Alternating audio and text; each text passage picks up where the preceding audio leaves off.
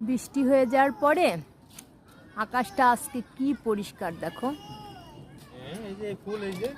স্বচ্ছ আর কত উঁচুতে যেন হয়ে উঠে গেছে আকাশটা।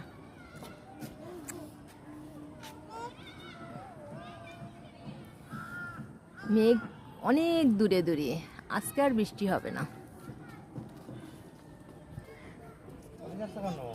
আজকে ছাদে এসে আমরা আজকে কি পেলাম বলো তো?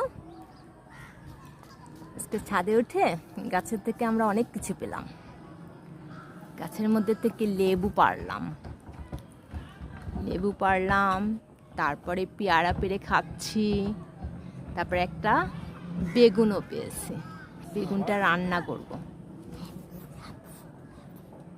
এটা হলো কাগজি লেবু। কাগজি লেবু, আমাদের গাছের লেবু অনেক মজার, তাই না? কাগজি লেবু খুবই সুন্দর।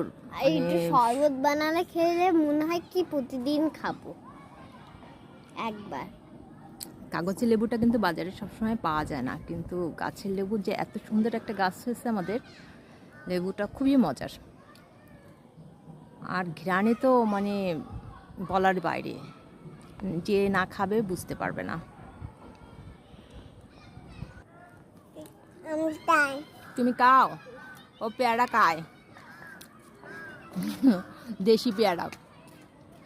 পেয়ারা খাচ্ছে আর লেবুর শরবত খায়।